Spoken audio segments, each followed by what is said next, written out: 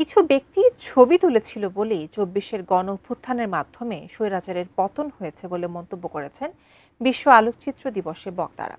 রাজধানীর কেন্দ্রীয় শহীদ মিনারে দৃশ্য ভাষা পড়তে শিখি প্রতিপাদ্যে আলোকচিত্র দিবসের আয়োজনটি করে বাংলাদেশ ফটোগ্রাফিক সোসাইটি। বক্তারা বলেন, দেশে আলোকচিত্র ছিল বলেই স্বৈরাচারের কৃতকর্মগুলো অস্বীকার করতে পারেনি। তারপরেও আলোকচিত্রীরা স্বীকৃতি পান না, অবহেলা করা হয়। এবার দেশের সমমনা ৬০টিরও বেশি সংগঠনকে সাথে নিয়ে দিবসটি পালন করে সংগঠনটি। এতে অংশ নেন বাংলাদেশ ফটোগ্রাফিক সোসাইটি বিপিএস এর সভাপতি এম ইউসুফ তুষার, মহাসচিব জাকিরুল মাজেদ কনক, আলোকচিত্রী ডক্টর শহীদুল আলম, বুলবুল আহমেদ, বিপিএস এর স্থায়ী পরিষদের প্রধান নাফিজ আহমেদ নাদভি সহ দেশের খ্যাতিমান আলোকচিত্রীরা। পরে শহীদ মিনার থেকে বর্ণিল এক শোভাযাত্রা বের করা হয়।